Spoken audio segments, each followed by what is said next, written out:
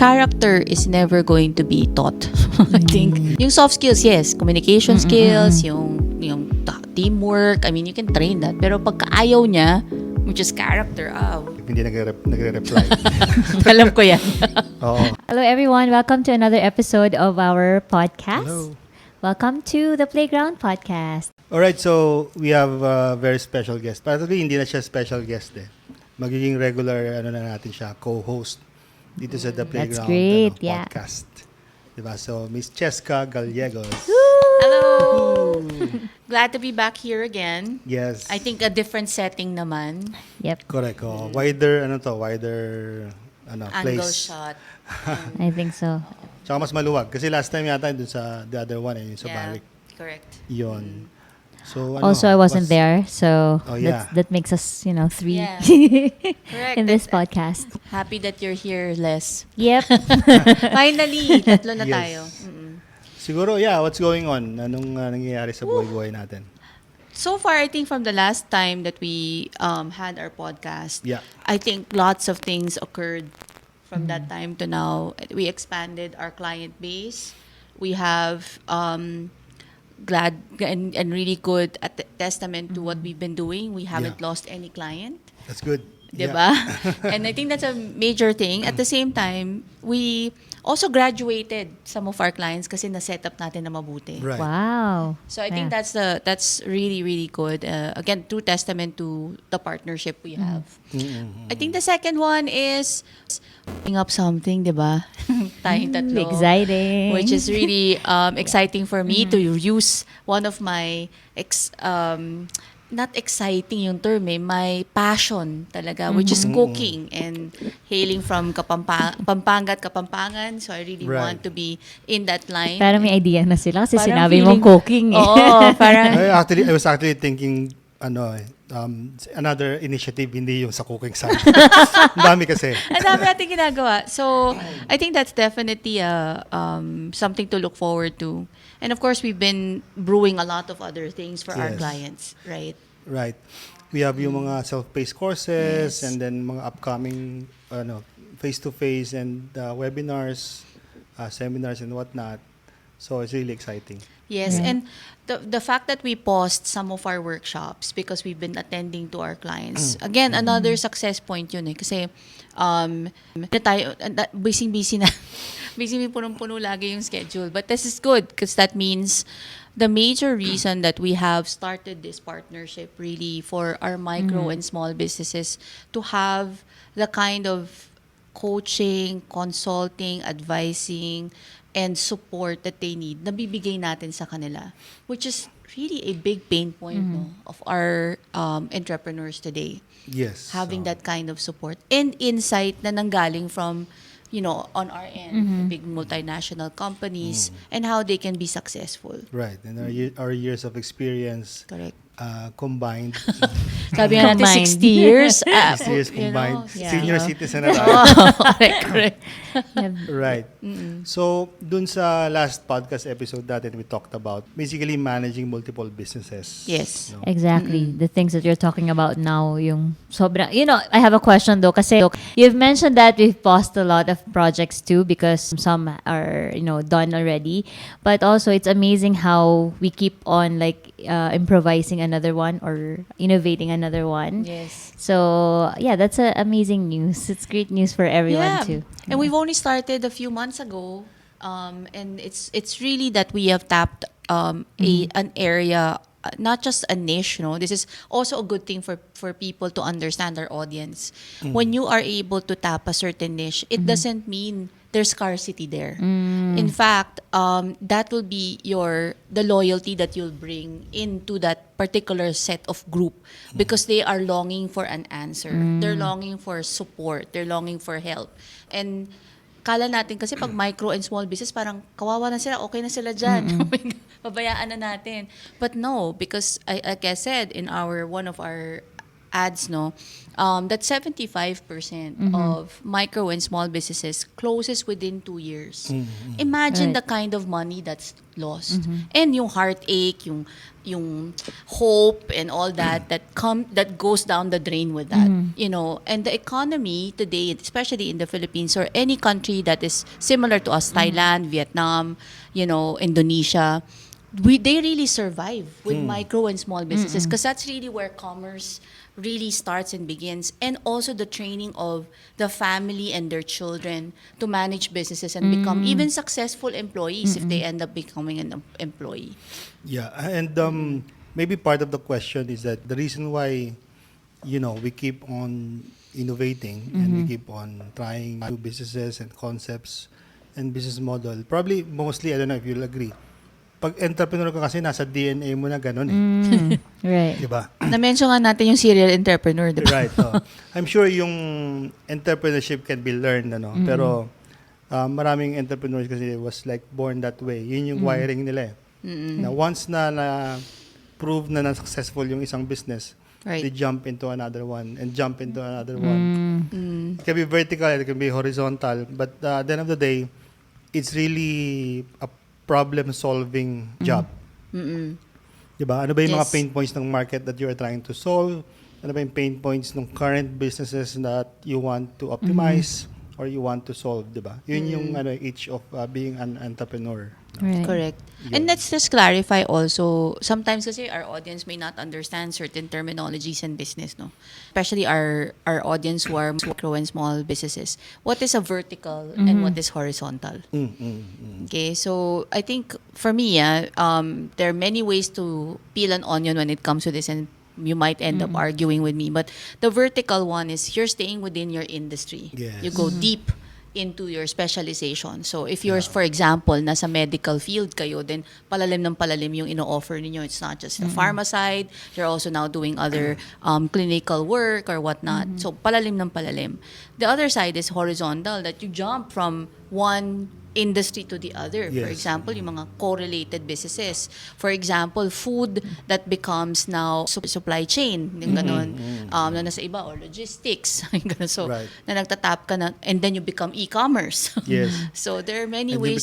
you become a band. Correct. Or become A a musician. case, naging band kayo. Or talagang totally different. Pwede naman yung similar, or it could be totally different, like in your Yeah. case, na nagkaroon na ng banda. So, parang totally music Also na. recording studio. And then may recording studio na. So, it's that pivot that you do. I think one of the really good topic later on siguro Yes. in our podcast is how do you pivot. But at the same time, when you look at it as a business owner and somebody who's been doing this for a little longer, you get addicted to it eh. Yes.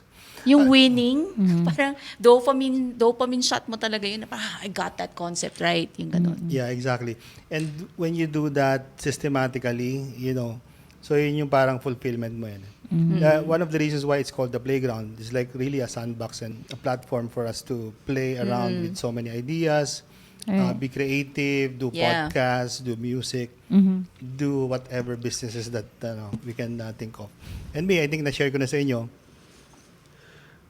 my train of thought when it comes to choosing a business is it's really part of my personal lifestyle. Like for example, what food na gusto nating i-produce or i-sell or gawing restaurant, Right. whatever. So, it comes with, part of it is my preferences. Diba? Regardless of, kasi I'm sure, kung gusto ko yon, maraming katulad ko. Diba? Yes. Who prefers that type of food? Who prefers that type of music? Who prefers that type of whatever merchandise or commodity that we can think of. No? So, yun yung preference. Maybe you guys have different criteria in choosing a business, but that's mine. Pero maganda yung point na yun kasi another element that you're applying, Dennis, in terms of being a serial entrepreneur, right? Is that this is the pitfall. Mga business owners kasi, you're trying to fit ang gawing business. Right. Tapos ang layo ng iniisip natin, no? Nandun tayo sa, kasi si ganito, bili ng ganyan, gawin ko na lang siya. And this becomes a major failure. We've seen a lot of this in our lifetime ng mga business owners na nag-fail kasi hindi naman nila love yung business na Or just yun. because it's trending, they would just, Isa pa yun. do it. Like the milk tea business, the samgyeopsal business. Correct, diba? correct. Like everybody's like doing it already. Yes, and hindi naman sila yung nga, you have to be you have to also be your first number one fan or your Yeah. first client or consistent client kasi you yourself, like in your case that you're saying, hindi ka na lumayo sa sarili mo na lang, because it's also there are two principles that you're applying. The first principle is you cannot have a business that you don't love. Cannot. Kahit like mo lang yun or because once you love it, you know it so well. Right. You know it so well. You know that, preference ko talaga ganitong klaseng food. You'll stick to that because kinain mo na siya ilang beses, no? In the same way, Sure, pag nag-retire ka, yun ang gusto mong kainin throughout your, correct. And the second principle that you're applying there in that comment, that I think most of our business owners fail to realize, is that you don't even need to go far. You are not an island, right? Na yung preference mo, nag-iisa ka lang doon. In fact, marami tayong ganun. And because of that niche, ito yung, in the marketing sense, people talk about, oh, you should create niche. And then this is like a term that's so vague, so difficult to apply. But there's only a simple answer there. Niche is something that you personally create because you personally want it. You personally know you're going to be the customer of that particular product because you have your own pain point. I think what you're saying is like, you're trend surfing, di ba? Yes, So yes. kung ano yung trend, you're just surfing doon sa trend na yun. Yeah, hindi siya, it might not be a long-term Sustainable, business or yeah. sustainable business, yes. Right. Pero some people, do that. Sometimes they just replace the brand and do another thing, di ba? No, but I like what Chess said about if this is something that you really love, then you know the product by heart, diba? So there's no doubt that it's gonna, fly. Kasi if you know it by heart, you know the pain points, right? And then yun nga, you know how to solve that problem. I think it's a good mix of it. Yeah. And then, because of that, also, Les, you're able to sell it. Because ikaw yung number one na magsasabi, bakit nga ba okay to? And I'm sure for all of us who's chosen a certain set of product, napagdaanan na natin yung hirap na maghanap ng product na yun, di ba? Siya na. I'm loyal to that. Yung ganon. Yeah. Alright, so ang dami na natin Oo nga, napag-usapan. Hindi pa yun yung topic natin, Wala right? pa tayo sa main topic natin. So ano bang main topic natin? Well, main topic natin is, with all these businesses and projects that we have, how do we find and build the right team? Kasi in our previous podcast, I think Dennis mentioned about having key people in each businesses, key people and leaders for Yes, each businesses. If you're running multiple businesses. Yeah, if you're running multiple businesses. So I think it's a good topic for us to about how do we hire the right people? How do we know that they're the one? The one. She's the one or he's the one. Yeah, he's the one, she's the one. They're the ones. Yeah, we can start with the key qualities. The key quality, like you personally, Jessica, what do you look for? It's a good question. Actually, merong overwhelming thought muna ako bago ko sagutin yung question na yun. Go ahead. Ito yung controversial Trust. Right? Yun the bottom line of looking for the best person in whoever you're going to be your right-hand person for that business, kung marami kayong businesses. Or even to look for that right-hand person in your own, business. Paano nga ba maghahanap ng tao na trust mo fully? Kasi yung full access sa'yo, full access sa idea, full access sa intellectual property, and most of all, full access sa money.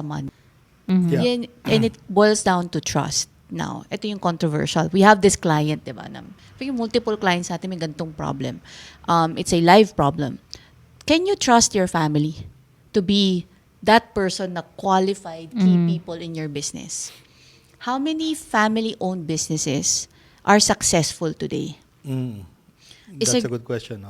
Kasi doon dadating yun Parang, okay, I would say it's very, very difficult to have your own family members become part of your company. There are so many examples here in the Philippines like that, and every country, even here in Asia, especially in China, that has done that. Now, may mga tricks of the trade yun. First of all, I think if we're going to just stay on this track of can you really hire a family member as your trusted person to run your businesses lane versus, okay, external person? For me, madami na tayong pag-uusapan dito sa first side pa lang, no? Okay, for me, isang comment before, of course, I'd love to hear your comments. I'm building a case study on this actually, Dennis, para gawin nating white paper to share with other people. The first place, I think, whoever starts that business, say first, usually kasi patriarchy ang nag-uumpisa dito sa Philippines. No? In other countries, it could be, either. And it's usually drawn upon by a situation that they're in. The likelihood is meron silang survival point of their lives that, and most of the time, hindi naman to pasa from the family members. The main person that starts it usually is the patriarch. And what happens here is that patriarch must see the future. If he has children, especially if they're young, to train them already. Ito yung training na they should really take over the business. And that starts very young. You cannot introduce this when they're older, right? Because the preferences would have changed. And then training comes with a lot of effort that from the very beginning, you share the effort, the love, and the exposure to the values, kids and values. Yeah. Yung values na pinapasa mo doon. That's why, not that I'm siding sa Chinese families and community natin, no, but it is true. They're able to really create an environment in their family to keep that business going over hundreds of years. And that when I interviewed a lot of these owners, they all said, because of my parents, because yung laging babalikan nila, maliit pa lang ako, I'm in the shop, seeing the workers work, na maliit pa lang ako, in-expose na ako sa pagbilang ng pera. So, I mean, there's certain things that was clearly designed by the person who starts it. Ang pitfall today is, because gitna na, kunyari, it's the children are now in their teenage years and then the parent now has a business and now you're pushing that along. That becomes a little difficult because they're at that stage of finding their own identity. And they may not love what you're doing. For example, isang client ko before, nasa plastic business, yung anak niya environmentalist. So, paano na? So, nagkaroon Conflict agad. conflict ka agad. So, nahirapan yung kid who's in a school who's an environmentalist embrace this business. So, anong ginawa ng tatay? Nag-change siya ngayon to reusable. So to be able to So siya nag-adjust. But again, it came to a point where they were torn, the parents, not because they want to retire already, but at the time, how do I pass this on? So there should be, I think my 2 points there. One, there should be a clear idea that the business will be given to their children. Yeah. Therefore, there should be a plan to make that happen between the parents. The combination na tutulungan. And it should be done early, like and you said. early, yeah. And early. Yeah. Later on, it still can, but it will require a lot of effort from the parents. But going back to the trust, if it's not Family. related, how are you like employer? Do you trust the person first and then observe kung kumbaga nagde-demerit yung trust mo sa kanya? Or it has to be earned? Good question yan. Earned or given, diba, yung trust. Personally, because I'm a Christian, I'm automatically 100. And then it becomes a diminishing factor na over time. Until maggumawa siya. And the reason being is that, especially for Philippines, we've traveled all over the world. We've met a lot of people. And I still believe, and I might have some level of bias here, but Filipinos are generally good people. I mean, generally speaking. Alam mo naman pag mali yung kausap mo, tagilid. I think every business owner who's been doing this for a while, they meet people, and you know who's good and who's bad. Alam mo na may instinct ka na parang this person is not trustworthy. Follow that gut. Definitely that's my first there. So I have a question. Sorry to interrupt, but yeah, during the initial interview or the first interview, what are the things that you look at, or do you really see if that person is not trustworthy, or are you doubting that person or judging him or her Well, I think definitely every interview is judgment, no? So, hindi siya pwedeng hindi judgment because you're trying to make a conclusion. Yeah. I think, yun nga there's a big part of the interview talaga that makes, hindi kaya ng mga junior people to interview somebody na magiging right-hand man mo. Dapat ikaw talaga nag-interview no, as a business owner. You cannot pass that on. The only thing that the junior recruiter can do really is to do the initial resume interview, meeting the Paper minimum screening, yung yeah. paper screening Right. and paper screening and minimum qualification verification. But because you're trying to look for your right-hand person, you need to be the one involved. And I love that the story that I just recalled now, no. See Warren Buffett, how he interviews. He actually goes into a restaurant with this person. And he ensures that kasi most likely stockholder si Warren Buffett ng restaurant na yun, has a backup, not backup, but he sets it up where the waiter will make sure that he's inefficient. Yeah, I think I've heard of this one. Di ba? Na gagawin niya na inefficient yung waiters. Tita-testing yung person ng patience, Right. ng kindness, ng authenticity ng tao. Because gagawin niyang magulo yung order, yung ganyan, just to see how the person reacts. And for Warren, it's not about the skill of the person, it's the attitude and the character of the person that will be how he will choose. Now, I like that story because for me, when I interview, and I've been doing this for a long time, and as a business owner also, you know who you want And you're looking for somebody similar to you, in a sense. But of course, people always say, dapat bagong blood. But I don't totally not agree with that kasi magka-clash kayong dalawa. So you still have to have a bit of, space where you have commonalities, and the commonalities should be values. It's values and principles based. So when you interview, you have to then figure out ano yung mga threshold or like pain point or yung mga init ng ulo ng person. Right. Am I making sense? Yeah. It's like you're going on a first date with that person. Ah, yeah, definitely. Will you want the second one? Parang gano'n. Yeah. Do you So, want the second second date one? or third Yung second date? or third date. Kung gusto mo tuloy itong... Yeah, kasi if you know a person, if that person is a good person, how they treat like the waitresses, for example, waiters, the security guards, or Yes, so yes. these people. Like they say, no, you cannot train character. You can train skills. So, do you believe in the principle of hiring fast and firing or terminating faster? Absolutely, yes. Okay. I mean, Dennis and I have been talking to certain clients about this. You always want to test, and then if you, parang test and iterate, no? So, once na nag-iterate ka, meaning you have to discard. Not that I'm saying that people are, basically, discard mo na lang ganun-ganun. You have to also give chances as much as you can How possibly. many chances yan? Depende Second chance lang, ganun. Oh, parang sa dating din, di ba? Second chance. Third strike. But I think it depends really on the gravity, right? And the length of time. So, and then the kind of pivoting the person did, because there's so many conditions that I cannot say, 3 chances ka lang. And the condition should always be a setting where you support and you provide time for the person to actually show how they can really, make up for any mistake.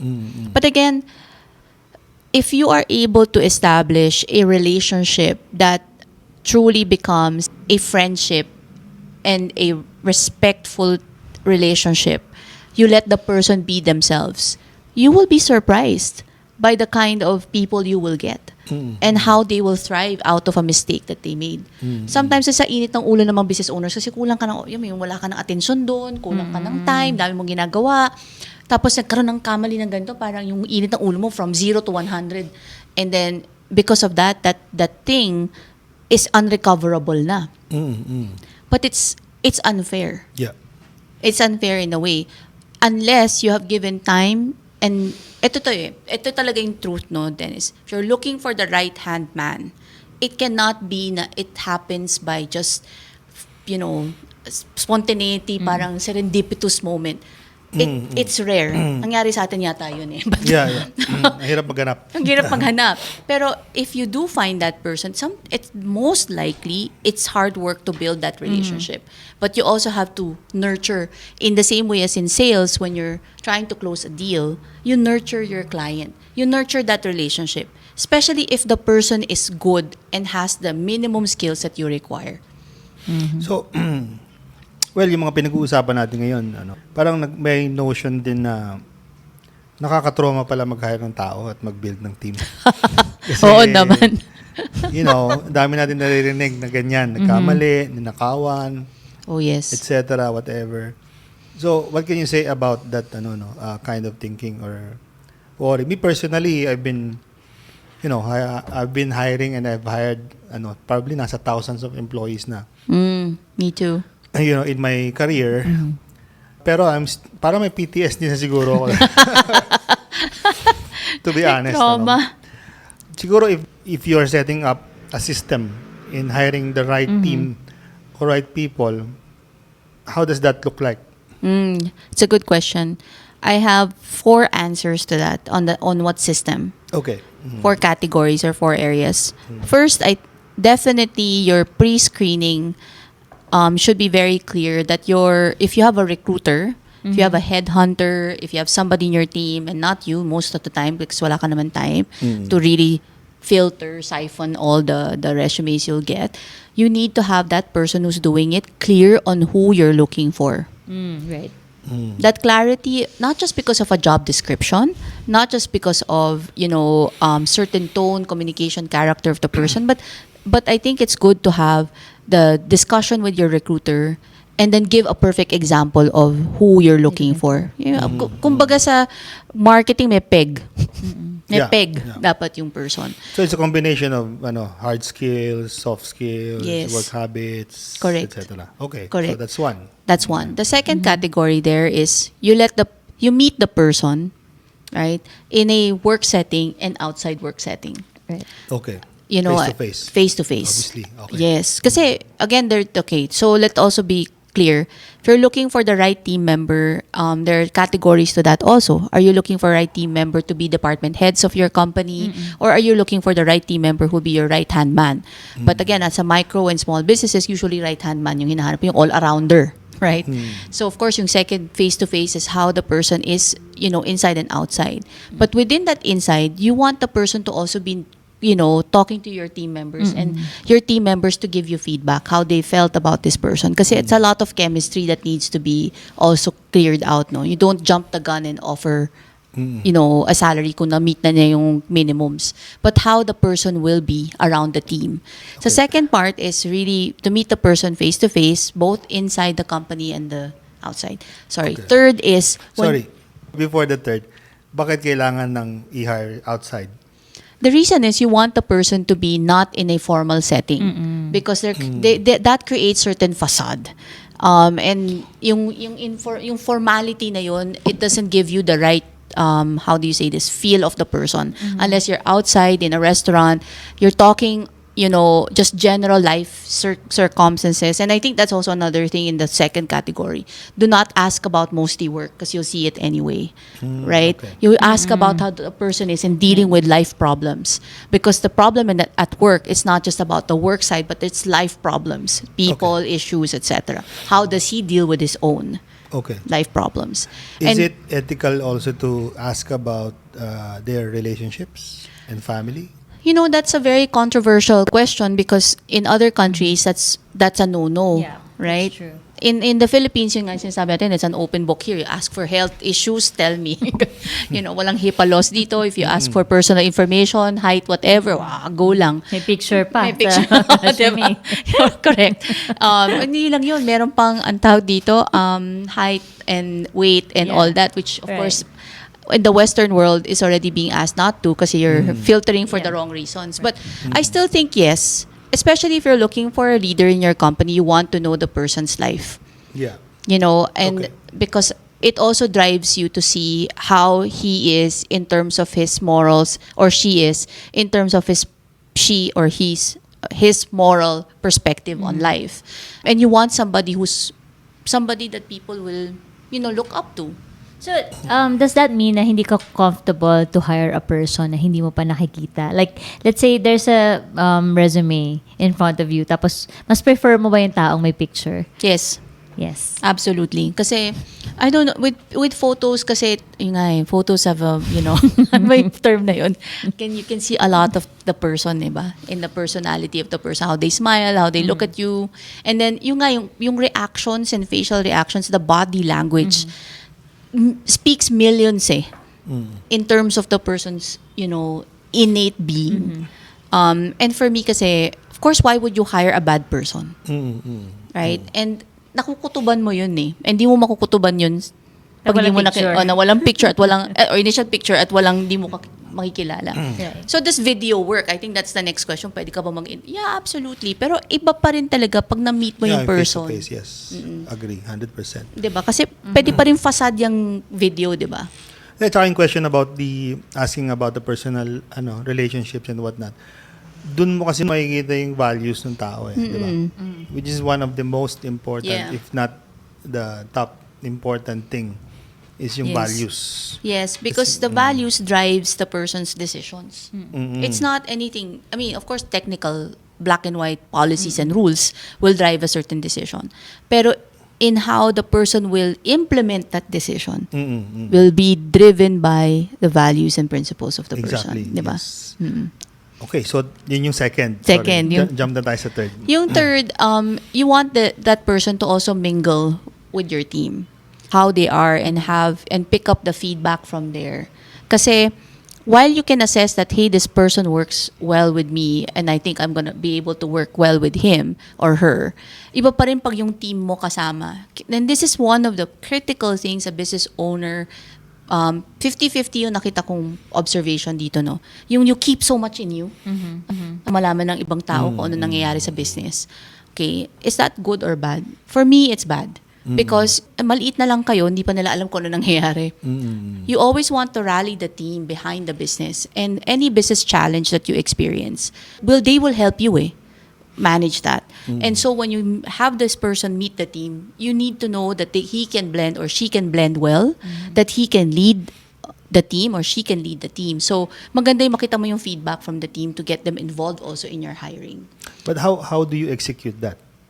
So best, I think, in the first place, we're talking about organizations also who are less than 20 employees or 50 employees. You want to make sure that they know. You set the tone. You set the tone that from the very beginning, or if you haven't done it as a business owner, you're already running your businesses, to start setting the tone that I want you guys to be involved, in major decisions and strategies of the company, one of which is to hire the right person to be the department head or my right-hand person.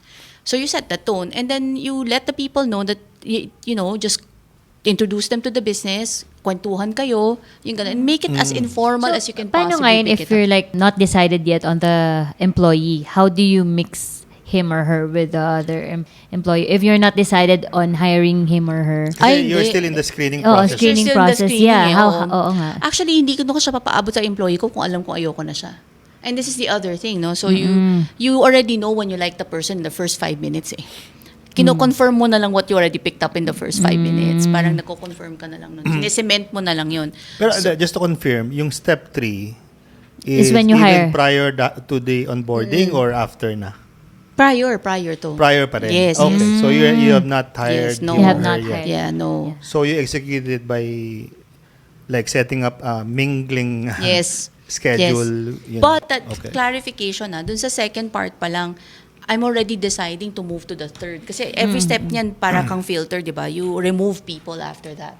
So Pero I think I tried that before. When we hired a sales manager, I know you know that before, a girl. And then we set up like a medyo informal meeting with the board and the directors. That was back in 2017-18. Yeah. And yung decision of hiring her is like involved lahat. Yes. Hindi lang ako. Of course, yung first stage, like you said, you already like the person, and yung next stage nga, which is that one, yun yung feedback nung existing team. Yes. Did she pass? Yes. Good. And At first. Yes and no. At Yes first and then and no. eventually hindi. Yeah. Okay. Okay. Controversial Long story. pala to Alright. So, yun yung third. May idalagdag ka ba sa third? May before we go fourth to the pa. fourth? What's the fourth one? Yeah, the fourth one is now that kumasa na siya, kasi sa filtering point, no? Okay na sa team, they love her, okay, or love him, okay, clear. Fourth is, I will demonstrate the skills na this is the true test. I will have him tell me, okay, now you met the team, you know me, you know the business, I'm sure you've done your research. Can you give me 3 to 5 points of things that we need to continue? Yung stop change, type of feedback. 5 things that you want me to stop doing, to continue doing, and to start doing. So the stop, start, continue model is what I will use. Okay. Okay, because with that, he or she will be able to demonstrate how this whole experience comes together into full form and really think with me. Because again, I'm hiring, ang category nito is I'm hiring my right-hand person. So, kailangan makita ko na, nakikita niya yung perspective ng business, nakikita niya yung perspective ng people, nakikita niya yung perspective ng customers. Kung di siya nagtanong about the customers, negative ako dun. Yeah. Diba? Makes Kasi sense, weird. Bakit yung tao lang tsaka yung operation? So, you have to really look at, tininan ba niya yung all aspects? And are his questions or her questions enabling me to truly understand the kind of, technical savviness of the person, apart from looking at the harmony or the culture and how we have, implemented our vision, mission in the company. So that's my fourth. Test him in that na. So na full fruition na siya na ngayon. Here's what I think the company is, and here's where I think it can go. And dream with me. Parang ganun. Is this dream tallying up with me as well? Yung ganon. So yeah, so you're saying those 4 steps really are mandatory, no? For To me, really- yes. For you. to execute. Kasi binabalikan ko lang yung mga previous kong hires or partnership with executives or supposedly key people. Yes. Yung nga, hindi ko ginawa yan. Hindi, at times kasi meron kasing sense of urgency di ba? Oo Yes. nga. That's my Parang question minamadali din. mo Paano kasi nga yung pag hiring nagmamadali kasi- ka sa hiring?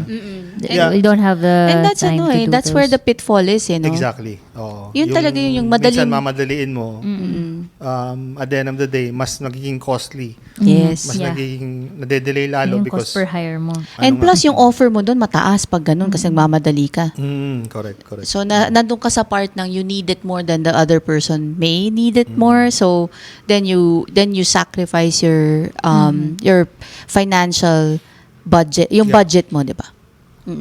But me, I learned my lessons, no? Even before conversation, I am more mindful na talaga when it comes to hiring key people. Yeah. Kasi nga pagdating sa, it's really difficult to replicate yourself. Yes. Diba? And it's also, sabi nga ni Steve Jobs, diba? It's always better to hire smarter people, smarter than you. Yes. So otherwise, you will just, be redundant. You know what I mean? Yes. Or something like that. Yeah, Ano? you'll not have a stronger business when you hire. Yun din, no? Magandang point yan. Do you hire somebody who's less than you? And that, I think, is a very common thing na mga business owners. Ayoko mas magaling to sa akin. Ego kasi. But yeah, so my question is, which is more important to you, like the soft skills or the technical skills of a person? Good question. Good question. Ako kasi, yung pinaka-basic ko, of course, before jumping into the soft skills, yung prerequisite muna is yung hard skills or yung technical skills. Technical skills. Pero it's just probably 40% of the equation. Pero before I jump into the soft skills, tignan ko muna yung hard skills. Pag nakapasa na siya doon, then yun na yung next, mas tedious na screening. Particularly work habits, communication habits, correspondences. Ako ay always, for lack of better term, is fire right away if hindi nagre-reply. Alam ko yan. Oo. Or hindi nagre-respond. That's true. Kasi the fact that you are not processing your inputs, kasi yung mga yun, inputs yan Yes. Diba? It only means that you're not doing the job. Diba? And messages, emails, chats, those are inputs, business related most of the time. So you're saying soft skills are more important to you? I would say yes, soft skills. How about you, Chess? I think it's the same. It's just that iba lang siguro yung approach ko dun, no? So, definitely may minimum technical qualifications. No, I think yun yung first entry point dapat at least meet niya yun, no? But it's in our day and age right now, one of the things that our micro and small businesses doesn't apply, to be honest. It's called hard competencies.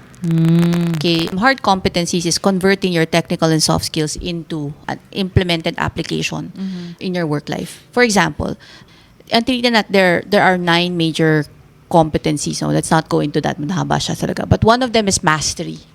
Mastery is the level of technical skills that you need for this particular job. Now, makikita mo yun sa pre-screening mo pa lang sa resume kung meet niya yun. So that's good.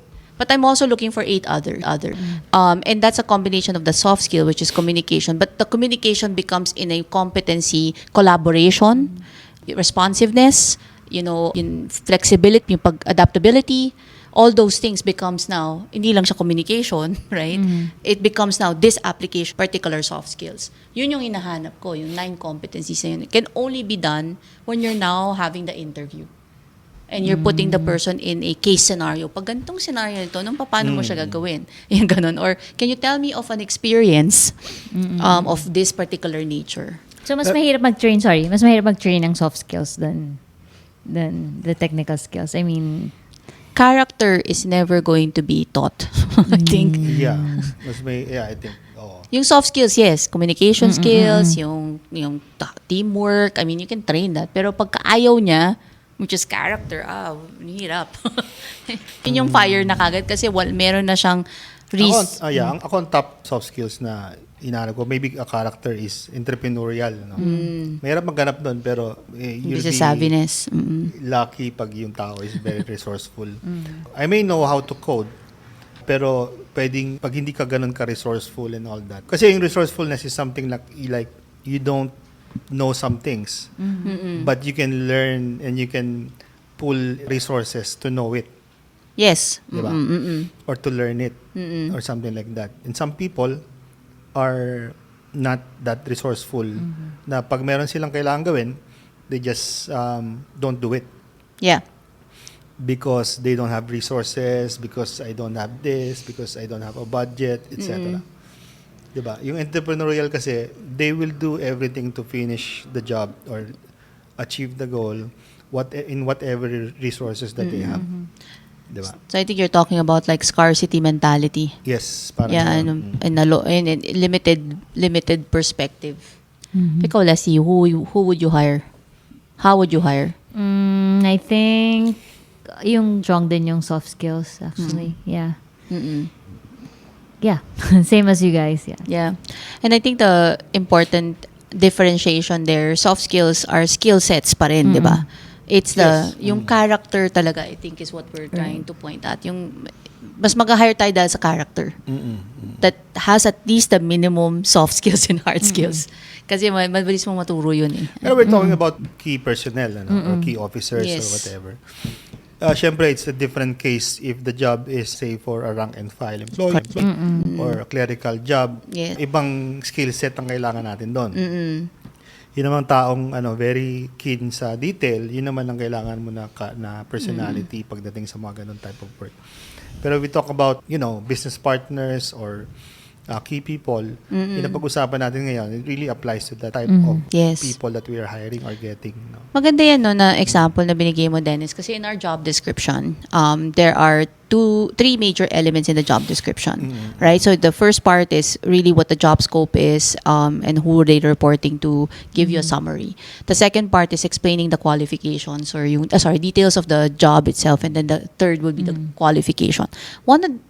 It's a great idea. Now I'm thinking about it. Baka kailangan natin i-evolve pa yung job description natin. Because I think the last part is there is a level of rank and file expectation of both technical and soft skills. For example, sa customer service frontline person mo, kunyari yung receptionist, as an example, hahanapan mo ba siya ng mataas na Microsoft skills? Yung hard skills? Probably not. Baka kaya lang niya Word and Excel, okay ka na. Pero hindi mo na hanapin yung PowerPoint, hindi mo na hanapin yung parts na yun. Pero mas gusto ko yung soft skills niya na good communicator, responsiveness, answers to phone. That's yung main requirement for the job, right? Pero pagdating dun sa character, cordial, approachable, positive, optimistic, happy, yung disposition niya happy, hindi natin sinusulat yung part Yeah, na I yun already see job descriptions like that. Na Na dapat may- merong ganong qualification. Quality siguro, not, Yeah, not quality. qualification, Yeah, whatever. I'm ng sure there's isang something like candidate. that, but I don't think that our micro and small businesses have been doing that. Na may katumbas siya na parang, here's the character that we're looking for. And it might also be, if I think about it, might also be an HR violation to some extent, no? Kasi you're siphoning something that is, or filtering something that may not acceptable from that perspective, or like you're discriminating. But I think there's still a little bit of work to be done there to be more generalist about it, but at least be clear. Now, you don't have to ask the person directly certain questions to sound like you're discriminating, but alam mo pa rin as a business owner that you're looking for this specific characteristics. Yeah, but at the end of the day, generally, there's no such thing as a perfect employee. Oh, yeah, sa pa yun. Diba? So meaning, after doing those, say, 4 things and all that, you'll always find something na, imperfection dun sa particular tao na yun. Diba? Yes. And when you find those things out, what do you do? That's a good question, and I think this is where you were mentioning about you're quick to fire, no? You hire and then Yeah. quick to fire. I think madaming steps yan. Of course, there's the legal step. Yeah. Depending What I'm on saying is, like I said, wala namang perfect. So meaning, this particular case that I'm talking about is that nakuha natin yung sum of the traits that we're looking for. But there might be 20 to 30% na something na hindi fit dun sa gusto natin. Is that the right decision to fire that person? Or no, kung 20 to 30% lang? I think may mga aspects yan na to ask ourselves first. Is this or this demonstration of inability to do something a non-negotiable for you? Right. Kunyari, hindi siya marunong Yeah. sa numbers pero nilagay mo siya sa finance. Oh yeah, definitely. Hindi 20% Hindi yun. 80% Oh, yun. 80%. Or Oh. or it could be that Ganito na lang. So, sige. tolerable siya. Pero, ang tingin lang natin is maybe we can find somebody na better than this person. Well, I think that's also that's why you have a probationary situation, right? To test. But what's your tolerance level depends on another 3 aspects, no?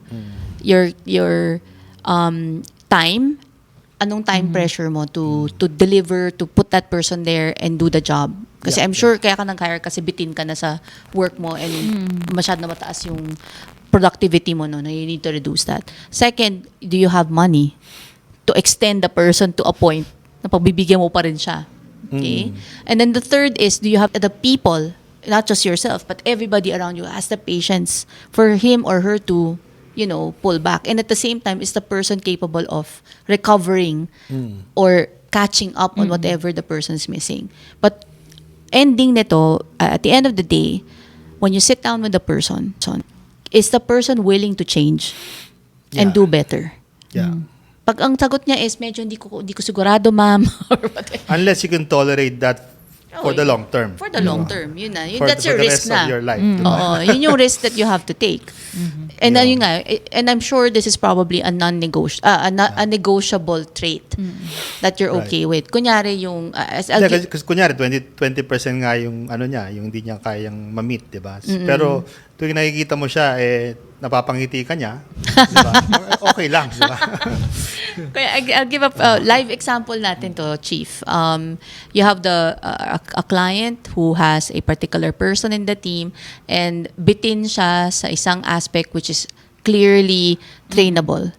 Pero yung trainable length of time niya, nasa mga 6 to 1 year. Oh, wow. Okay. Malayo-layo talaga. Malayo-layo. Malayo-layo. Pero mabait, talagang porsigido, Positive, positive, yan, positive. optimistic, ready to learn, pero yung learning cycle talaga niya, medyo matagal siya mag-adapt. O, di pa paano na siya ngayon? So, yung tanong ko dun sa kliyente natin, okay ka lang ba ng mga 6 to 1 year before ma-adapt, ma-ROI ka dito sa person? Tapos sabi niya, let me think about it. Yung pinag-iisipan pa rin niya hanggang ngayon yun. So, tingnan natin kung ano magiging sagot niya. Ibulong mo sa akin mamaya kung sino yan. Yes. Hindi ko alam yan. Hindi mo pa na-share sa akin.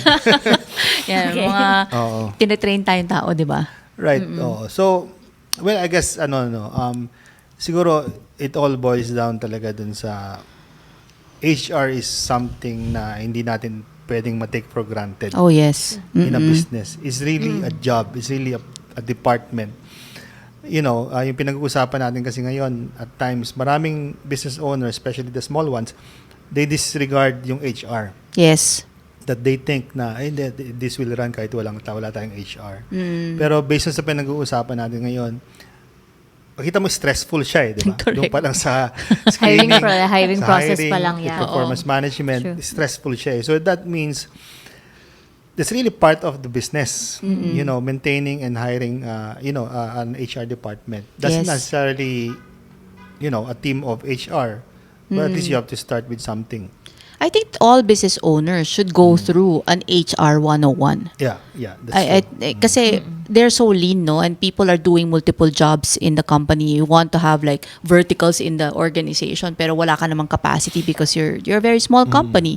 But as a business owner, I think you definitely have to learn how to manage your team and do it legally. Naku, I can tell you for sure, and I'm sure our audience or have experienced mga business owners natin, ang dami nagkakakaso sa NLRC because hindi nila alam yung process. Hindi nila alam yung just cause and due process. And by going through a very simple 101, you'll be able to equip yourself quickly, and you may not need to hire a full-time HR person, but at least you know the grounds, you know the steps, and you know how to take care of your people. Kasi hindi talaga magko-function nang wala kang alam sa HR. Right. Pero going back dun sa topic natin, hiring the right team, Yeah. is it essential to hire an HR person for you to hire the right person or right team? What do you think, Les? No, actually, may question din nga ako dyan eh. Pwede ba yung business owner siya din yung HR person? And I think that's normally what's Definitely. that's happening. Pwede siya. Or mas ideal na yung HR person is another person na hindi connected dun Yeah. sa I think business sagot owner. dyan is if you cannot hire an HR person, you have to do it yourself. Yes. Regardless, if you don't know how to do it, wala kang perang pang-hire, so you have to have a time and energy to learn. Force yourself to do it. Okay. Now, if you don't do Yeah. that, you won't be able to hire the right person. Actually, lahat ng mga business owners natin, anybody that has less than 20 employees, automatically become They're everybody. HR. Yeah, okay. They become generalists of everything, from a sales and marketing manager to the CFO to the finance officer to the HR director. Ikaw na lahat eh. So you're saying like 20, minimum of 20 employees. You become that. You I become think that, yeah. that's what happens. Pero mabuburden ka na nun. Mabuburden ka Ikaw na lahat, talaga nun. yeah. So, but I think if you have the capability and you have the resources, you do need to have a separate person. Because your Ako, bias becomes a problem in HR. I have experienced that from yung subscribing sa Job Street, to calling the candidates. Ako mismo ang gumagawa when I started my business. Correct. Diba? At that time, madami pa nag-show. Ngayon, mahirap Ngayon, na. wala na. 90% no show. Diba? Oo nga, grabe ngayon. I just can't believe because, and I think I clamor also with our audiences here. We personally experienced that we were hiring a few people in our team also, no? And and we're hiring in behalf of our clients. I don't know what happened to us. I don't know too. I have no idea. No, because- can we share to them ano ba yung ways ngayon to hire people? Kasi I know in my time too, Job Street din is the one. No, but what I was trying to The say only kanina, way. Les, is marami talaga kaming nakakausap, nagkaka-appointment, and they don't show. They don't Marami show talaga. up. Ang daming, ngayon, madaming ghosting. As in, literally, madaming ghosting. And I think that is, for our audience who's listening right now, I think for whoever you are that has done this, I think it's wrong because we're here professionally asking you and giving you a job, if it Pero works bakit out well. na di naman ganyan eh. Pero yun nga No, back yeah. in the, actually hindi nga, prior to COVID, may okay pa eh. I don't know what happened during COVID na ayaw talaga mapakita ng mga tao ngayon. And as ang preference, pwede bang video muna, which I understand kasi traffic and all that. Pero, yung high preferences talaga ngayon ng mga tao na mamili, which I respect. But if you say yes, that you are going to be there, you have to be there. Tapos, kung hindi naman yun, ang nangyayari din, Chief and Les, ang nangyayari was, 30 minutes before the interview, sasabihin sa'yo, hindi sila makapunta. Parang, yung inikot mo na yung buong schedule mo and our clients, and then they don't show up. I don't know what's happening in our world today in the Philippines and the Filipinos doing this. It's not right. I think that's a good topic for our next Yeah, podcast. definitely. Yung POV ng isang HR recruiter and paano may improve ng applicant yung kanilang, Yes. ways on how to apply for a job. Correct. It's a good And I topic. agree with you on that. But to answer your question kanina, how do they get hired now? Well, madaming, again, depende kung anong linya ninyo, no? There are, of course, a lot of openings and communities right now in Facebook and Yeah, right. The that you can groups. join and then see openings. Job Street is still there. I think LinkedIn is the biggest and largest, app that you can use to be hired professionally. Ito lang, Facebook. yeah, Facebook, Facebook, yeah. Facebook groups. Yeah, Facebook community groups. And as well as, yun nga, depende kung anong role ang hinahanap mo. But the higher the position, the more it's leaning towards LinkedIn. And if it's an entry position, all the Facebook community groups talaga, Job Street. Indeed is there also. But again, leaning towards, mga nasa mid-level ka na or may experience ka na doon. But so initial interview first, but it normally should be done online lang muna, right? Yeah, usually online muna. Tapos, I think the important also to remember when you do put your resume out there, you also have to be, yung nga, babalik ako dun eh. Why are you looking? Yung ganun. Ready ka na sa sagot mo dun. Kasi madami sa atin na parang, wala lang, gusto ko lang malaman kung magkano Just yung going rate. exploring. Or exploring or going rate ko. Parang, it becomes sobrang turn off yun for any recruiter na para sa, wala lang, gusto ko lang malaman yung going rate ko. So, you're really not looking. And it's a waste of time of every recruiter, to handle ganun type of applicants. Alright. So, I think more than an hour na tayo. Ang haba. I know. Dahil pa natin gustong pag-usapan. Actually, Yes. marami tayong mga topics Yes. na nasa pipeline natin. And moving forward, expect na we hopefully can do this on a weekly basis. Yes. Yes. Consistently, and this time with Cheska. No? Right, daming insights ni Chess, so I am learning too. Yes, I'm learning from Oo. you guys too. Pero on my end, just to summarize, no, ako, when I started the business, I've been dreaming to have the right. One of the dreams ng commonly ng mga entrepreneurs is having the right people, Yes. the right team, etc., right partner, 'di ba? At times, what's this? Nakaka-frustrate because it's really difficult to find somebody na ganon. Actually, to the point now na I don't really look for the right person anymore. Kasi parang give up ko na. So, ginagawa ko na lang is that I do things, I'm vigilant in terms of talking to people and asking them to join to the team. If you notice, you are asking me at times to interview people na magjo-join sa Yes. team. And you siguro na-witness mo na, hindi ko na, Ikaw na. I don't interview them. Yes. I'm on that side of really observing them and, yun nga, firing them if they're Yeah. not performing. To be honest, Yes. it has to be earned for me. I don't know, I'm just being practical now, unlike before na talagang sobrang idealistic. I'm not saying not to follow my perspective or my mindset now. I'm just sharing na yun yung mindset ko ngayon when it comes to getting the right people.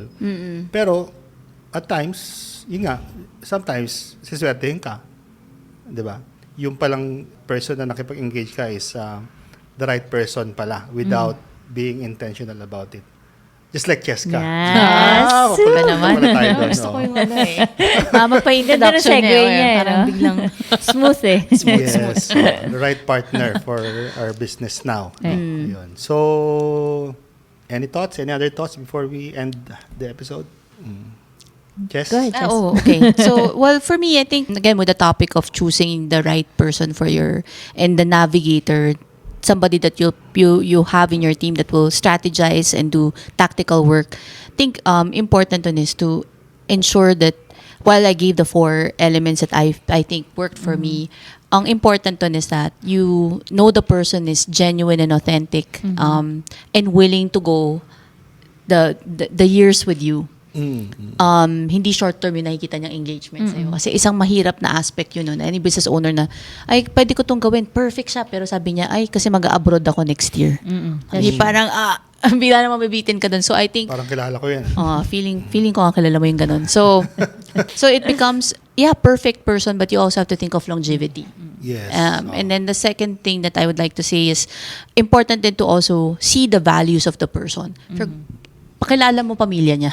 Yung traditional 80s way, where you invite your boss, you invite your friend, ganon, I still think it's real and true, because if you're going to be with this person going into business and financially involving yourself together, you will inevitably have to tie in the family somehow, no? And unfortunately, may mga mali tayong nangyari. Like I was saying kanina dun sa kung family member nga yun, yung ganyan, yung track na yun, no? Maraming mga concerns dyan. But I think in the end, to get to know the person in his own household or her household becomes an element of masisement yung relationship niyo talaga. And I think that's part of trust building and respect building across the partnership. My last point na lang is, you will still find that person as you continue to look for them. Wag ka mapagod. Mangyayari siya. Tama naman. Wag ka daw Took me mapagod. 20 years yun lang. Oh, yeah. Yun nga. So, but I think it's still there, and you have to be, like, tama yung sinabi mo, Dennis. I agree with that. You have to continue to network, talk to people, see and secure if it's going to work. Ganyan. You have to test and test and test until you find that person. But no matter how much it is, if you pray continuously, I think you'll still find that person. You'll be given that no matter what. Yeah. Nakakatuwa lang kasi, in a business, business itself generally is is a constant struggle to make it successful. Yes. But yung sub-departments within the business, may kailangan may successes ka din doon. Yes. At times yung sales mo is successful but yung HR side is not, and vice versa, 'di ba? I think it's yung magandang point yan, no, though we're wrapping up. I think it's also good that you don't think of just the profit to have that profit for yourself. Incentivizing your team helps really move the needle towards loyalty. Not that you're buying their loyalty, but I think to some extent share the successes together. You will have a long-term, employees with you. Right. Yeah, ito naman retention topic. Retention That's topic. another So, topic it's naman another for the mahaba next na naman yun. podcast. Yeah. Pero yun yung point mo so I next wanted time. to just bring that up. Para meron namang konting, come on yung audience Yung mga- natin yung para, next episode. yung next Yeah. Okay. Oh, exciting. Nakaka-excite. All right, so that's it for our episode of this podcast. Thank you so much for joining us. Thank you, Chess, and thank you, Dennis. Yeah, so if you haven't already, consider subscribing and smashing the like button. So thank you so much and see you in the next episode. Yes. Bye. Bye!